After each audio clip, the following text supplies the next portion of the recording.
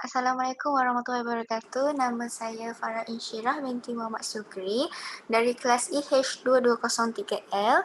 So hari ini saya akan membentangkan tentang konsep ketuhanan pantheism menurut tokoh iaitu Albert Einstein. Okey, pertama sekali pengenalan tentang pantheism. Pantheism adalah perkataan yang berasal dari Greek di mana pan bermaksud semua dan theos bermaksud Tuhan.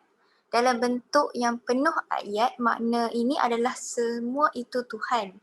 Ini juga dikenali sebagai doktrin utama dalam konsep ketuhanan iaitu alam semesta itu Tuhan dan Tuhan itu alam semesta. Selain itu, pantheism juga bermaksud Tuhan itu ada di mana-mana dan wujud di semua perkara. Konsep ini percaya yang Tuhan itu ada di dalam alam semesta dan ada di dalam semua perkara secara ringkasnya, semua perkara yang ada di dalam semesta itu adalah sebahagian daripada Tuhan. So konsep pantheism ini jelas memberi penekanan yang Tuhan itu tidak terbatas dan maha mengetahui serta dalam semua perkara dan semua perkara itu ada di dalam Tuhan. Okay, seterusnya latar belakang tentang Albert Einstein. Albert Einstein dilahirkan di Ulm, Württemberg, Germany pada Mac 1879. Albert Einstein merupakan seorang ahli fizik yang mengembangkan teori relativiti yang telah menjadi salah satu daripada teori yang menjadi salah satu daripada dua tiang fizik moden. Persamaan yang diciptakan oleh Albert Einstein iaitu E sama dengan mc square sangat popular sehingga hari ini. Persamaan tersebut menjelaskan kesaksamaan tenaga dan jisim. Okey, selain itu disebabkan sumbangan beliau yang luar biasa dalam bidang fizik, Albert Einstein berjaya mencapai anugerah Nobel pada tahun 1921. Beliau dianggap sebagai salah seorang saintis yang paling berpengaruh pada abad ke-20 dan Albert Einstein juga merupakan seorang yang tidak mudah berputus asa. Seterusnya ialah konsep ketuhanan menurut Albert Einstein. Okey, konsep ketuhanan menurut Albert Einstein merujuk pada falsafah utama beliau iaitu dalam mempercayai skop ketuhanan yang dinyatakan oleh Baruch Spinoza. Albert Einstein sering merujuk kepada dan menjadikan Baruch Spinoza sebagai rujukan falsafah beliau yang utama untuk mengkaji mengenai Tuhan dan mendalami Tuhan dalam agama pantheism. Okay? Albert Einstein menyatakan bahawa beliau kagum dan bersependapat dengan pendapat Spinoza tentang agama pantheism itu sendiri. Seterusnya, pendapat Spinoza mengenai agama pantheism menurutnya adalah Tuhan sentiasa dalam keharmonian tentang apa yang wujud di dalam alam ini dan bukanlah Tuhan yang mementingkan diri dan nasib dan tindakan makhluknya. Hal ini demikian kerana agama pantheism tidak seperti agama yang mempercaya Tuhan personal yang hanya hidup berlandaskan ketakutan dan terhadap balasan dan mengharap ganjaran pada alam selepas mati. Akhir sekali, Albert Einstein juga menyatakan bahawa Tuhan merangkumi seluruh alam semula jadi dan alam semesta yang dinyatakan beliau bahawa pantheism adalah satu bentuk absolutism metafizik. Secara filosofisnya, beliau menduga bahawa alam adalah segalanya dan semua adalah alam. Walau bagaimanapun alam dikenali dengan Tuhan dan Tuhan adalah dikenali sebagai alam. Seterusnya ialah sifat-sifat dan asal usul Tuhan. menurut Albert Einstein. Okey, sifat-sifat Tuhan menurut Albert Einstein menyatakan bahawa God is subtle but not more malicious. Yang bermaksud Tuhan melaksanakan tugasnya sebagai contoh mencipta dan mengendalikan alam mengendalikan alam ini adalah melalui proses yang tidak dapat difikirkan oleh akal manusia yang terhad. Okey. Hal ini menunjukkan bahawa sifat Tuhan dari segi agama pantheism adalah Tuhan yang agung dan bukan yang bersifat yang keterlaluan dan dengan kekuatan yang keterlaluan dengan kekuatan dan tetapi dengan proses atau kaedah yang persuasif. Selain itu, Albert Einstein menyatakan bahawa God does not play dice yang untuk menunjukkan pandangan Albert Einstein terhadap sifat ketuhanan. Petikan tersebut adalah menjelaskan bahawa Einstein mempercayai undang-undang matematik alam. Okay? Selain itu, asal-usul Tuhan menurut Albert Einstein juga adalah satu keindahan yang tidak dapat difikir oleh akal fikiran bagaimana asal-usul Tuhan yang sebenar. Hal ini demikian kerana menurutnya alam adalah Tuhan dan Tuhan adalah alam. Okay? Seterusnya ialah ciri-ciri Tuhan dalam pantheism. Okay? Ciri-ciri Tuhan dalam pantheism tidak seperti Tuhan personal yang lain yang dapat melihat fizikal Tuhannya seperti contohnya Jesus Christ. Tuhan pantheism merangkumi seluruh alam semesta. Kepercayaan Albert Einstein terhadap alam adalah logik dan berkait rapat dengan persepsi dirinya terhadap Tuhan. Okay. Selain itu, alam semesta ini adalah Tuhan dan untuk dikaji oleh semua manusia. Melihat dunia dan alam semesta yang tersusun, teratur dan misteri yang menggerakkan buruj tidak dapat difahami oleh akal manusia yang terhad. Hanya Tuhan saja yang mengetahui tentang alam semesta. Akhir sekali, ciri-ciri Tuhan pantheism adalah berlandaskan sains dan berdasarkan sains untuk dikaji. Hal ini kerana untuk lebih mendalami agama pantheism, seseorang itu haruslah giat dan berusaha sungguh-sungguh untuk mengkaji tentang ciri-ciri Tuhan pantheism. Seterusnya ialah ritual dalam pantheism. Agama pantheism tidak mengamalkan ritual yang berunsurkan ilmu hitam atau sihir seperti agama-agama yang lain.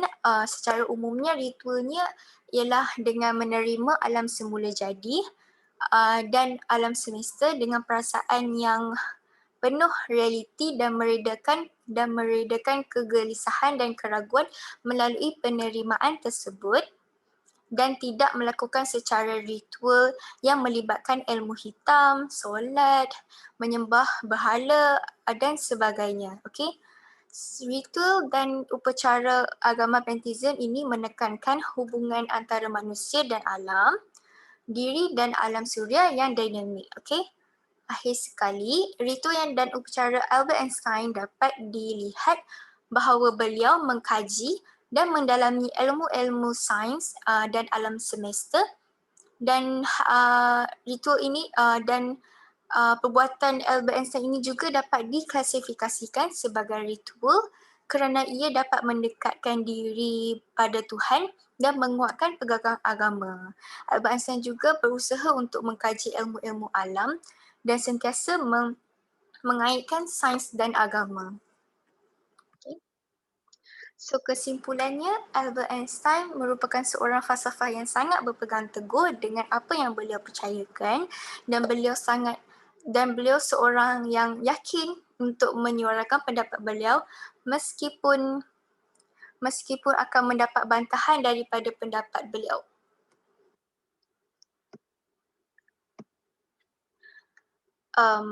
Okay. Meskipun akan mendapat bantahan daripada pendapat beliau. Okey.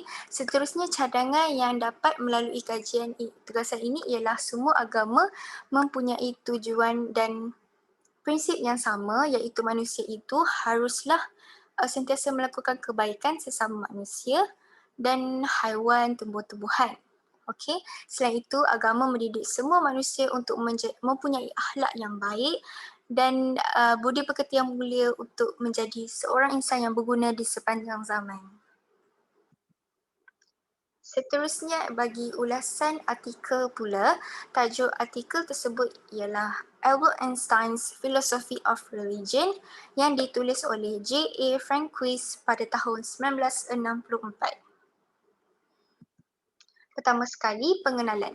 Albert Einstein's Philosophy of Religion ialah tajuk artikel yang dipetik untuk dijadikan ulasan artikel. Albert Einstein's Philosophy of Religion merupakan karya J.A. Franquist. Beliau merupakan seorang profesor falsafah dan ketua jabatan di West Virginia Wesleyan College, Buckhannon.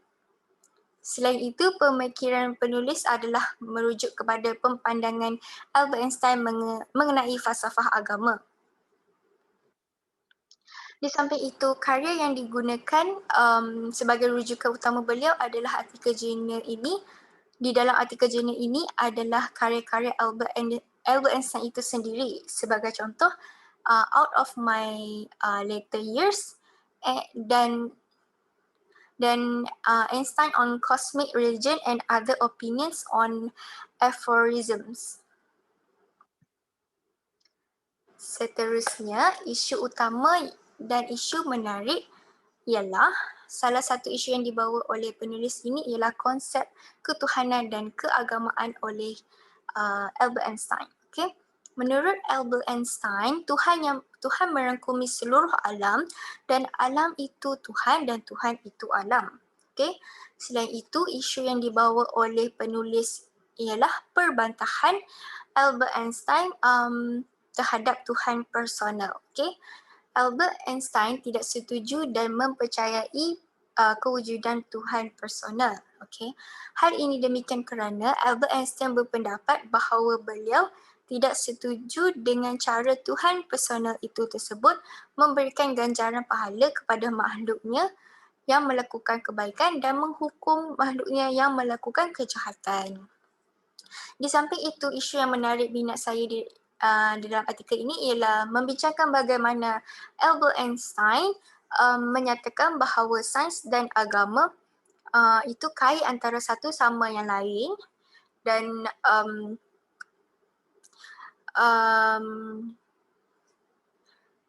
dan seterusnya kerana dapat dikaitkan dengan sains dan agama itu dapat dikaitkan antara satu sama lain kerana menurut beliau sains tanpa agama itu timpang dan agama tanpa sains itu buta. Akhir sekali, kajian sains dan fizik yang dilakukan dan dikaji oleh Albert Einstein menyebabkan beliau percaya wujudnya Tuhan yang menciptakan alam dan untuk dikaji oleh manusia. Hal ini demikian kerana Albert Einstein pernah menyatakan bahawa semakin banyak beliau mengkaji dan mendalami sains, semakin tinggi kepercayaan beliau tentang kewujudan Tuhan. Seterusnya ialah kekuatan, kelemahan dan sumbangan artikel ini. Bagi kekuatan ialah dapat dinilai dalam artikel ini ialah perincian setiap pendapat oleh Albert Einstein dihurai dan diterangkan di dalam artikel dengan tepat, ringkas dan mudah pembaca untuk fahami dan sistematik. Seterusnya, bagi kelemahan pula, sumber rujukan yang tidak luas daripada karya-karya falsafah yang lain. Hal ini demikian kerana pelbagai karya Albert Einstein sendiri seperti Ideas and Opinions yang menerangkan dengan lebih teliti tentang konsep-konsep ketuhanan menurut Albert Einstein itu sendiri. Dan akhir sekali, sumbangan yang dapat dinilai di dalam artikel ini ialah artikel ini memberi kesan kepada masyarakat maupun diri mengenai isi kandungannya seperti isu Albert Einstein yang mengatakan bahawa beliau menentang kewujudan Tuhan personal dan hal ini akan menimbulkan banyak perselisihan, banyak pendapat oleh pelbagai pihak masyarakat yang menganut pelbagai agama. Seterusnya, kritikan terhadap artikel. Penulisan artikel ini akan menarik minat sesetengah pembaca, dan hal ini demikian juga setiap karya yang dihasilkan oleh falsafah-falsafah pasti akan mendapat kritikan maupun sokongan daripada pelbagai pihak. Okey, namun begitu artikel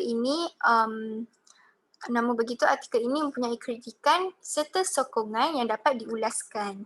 Okey, kritikan yang dapat di dalam artikel ini ialah Albert Einstein menyatakan bahawa melakukan ibadah seperti solat untuk menyembah Tuhan adalah sesuatu perkara yang sia-sia.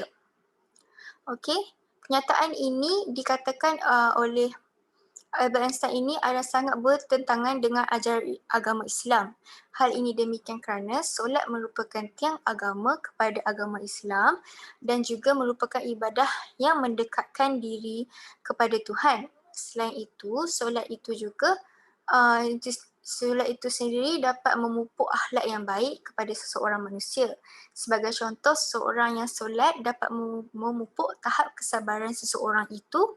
Hal ini demikian kerana seseorang itu haruslah mengorbankan masa untuk sujud kepada Allah Subhanahu Wa Taala.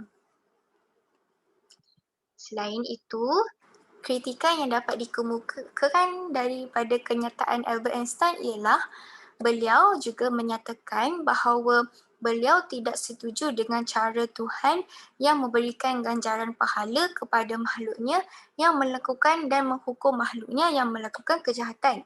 Hal ini bertentangan dengan agama Islam yang suci kerana Islam mengajak semua manusia untuk melakukan kebaikan dan selalu berbuat baik. Seterusnya, suruhan untuk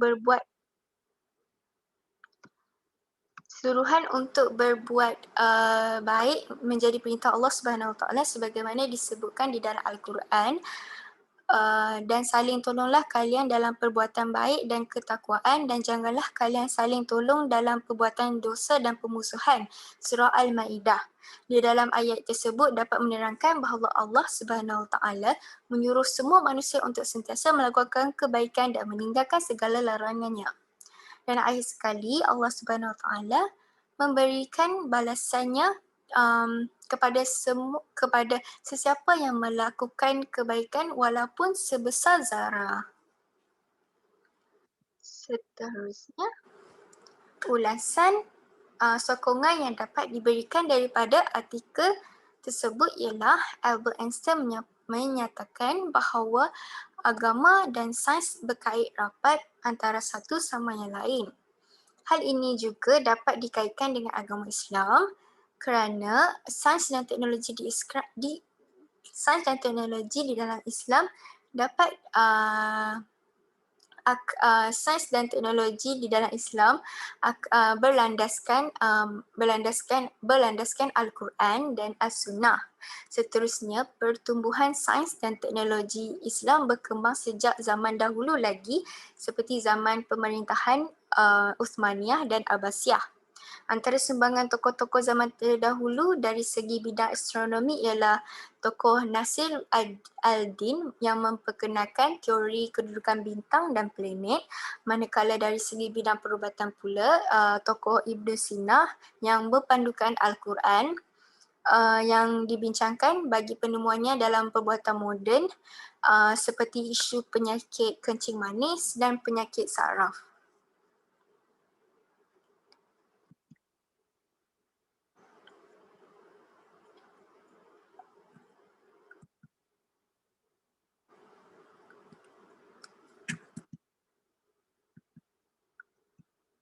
Okey, seterusnya terdapat bukti-bukti sains yang dikaji yang dinyatakan di dalam Al-Quran. Dan sebagai contoh, penciptaan langit dan bumi, penciptaan planet bumi dan langit, penciptaan bumi ini berbentuk sfera, kebulatan dan beredar di atas faksinya, planet bumi yang mengelilingi matahari, serta penciptaan manusia yang berpasangan dan berlainan jantina. Kesemua bukti-bukti ini jelas dinyatakan di dalam Al-Quran sejak 1400 tahun yang lalu lagi. Antaranya ialah di dalam surah Al-Anbiya ayat 33 dan surah Yasin ayat 38, iaitu dan dialah Tuhan yang telah menjadikan malam dan siang serta matahari dan bulan tiap-tiap satu beredar terapung-apung di tempat edaran masing-masing di angkasa lepas. Surah Al-Anbiya ayat 33. Dan matahari berjalan di tempat peredarannya, demikianlah ketetapan yang maha perkasa lagi maha mengetahui. Surah Yasin ayat 38. Di dalam surah Al-Anbiya tersebut menjelaskan tentang penemuan dalam bidang astronomi dan penciptaan bumi dan langit. Okey, hal ini demikian dapat menunjukkan bahawa sains dan teknologi di dalam Islam telah dinyatakan di dalam Al-Quran dan As-Sunnah dan dikaji tentang maksud-maksud tersebut untuk membongkar tentang sains dunia. Seterusnya, bukti-bukti sains dalam Islam yang dikaji di dalam Al-Sunnah pula didapati dibuktikan dengan amalan Rasulullah sallallahu alaihi wasallam yang sentiasa mendahulukan memakan buah-buahan sebelum memakan makanan yang lebih berat. Dalam kajian sains mendapati bahawa fitrah perut manusia yang dijadikan oleh Allah Subhanahu Wa Taala perlu dimulakan dengan makanan yang lembut, manis, mentah dan berfiber yang tinggi seperti buah-buahan yang manis. Okey, sebelum memulakan makanan yang berat seperti nasi.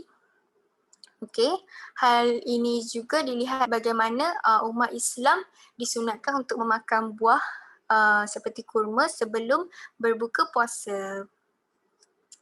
Semasa berbuka puasa sebelum memakan makanan yang berat. Hal ini juga dapat dikatakan bahawa mengisi perut dengan buah-buahan yang manis sebelum makan makanan yang berat menurunkan selera nafsu makan kerana kandungan gula dalam buah itu lebih cepat diserap dan untuk memberikan tenaga.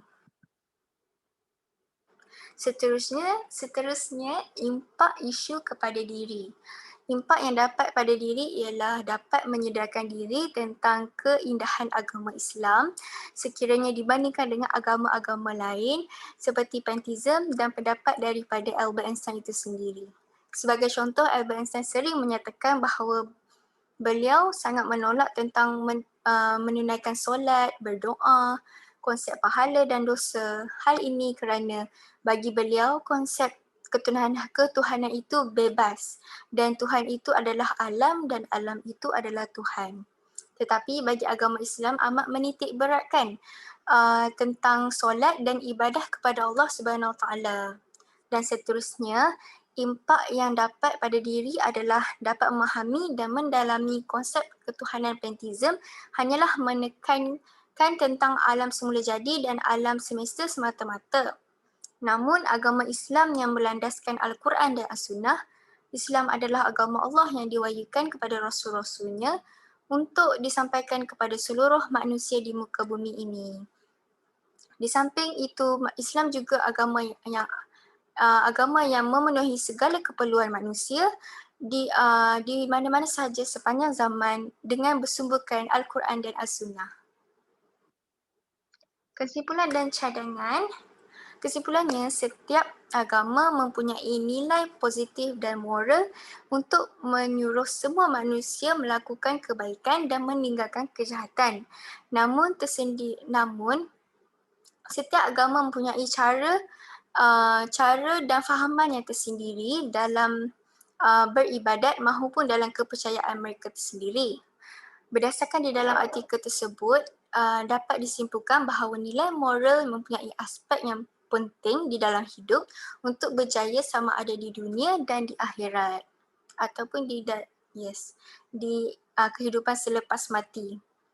Di samping itu, bagi cadangan pula, cadangan yang perlu di dalam artikel ini ialah sumber rujukan untuk menyokong pendapat Albert Einstein haruslah mempunyai rujukan dari buku atau jurnal-jurnal yang lebih bervariasi dan banyak.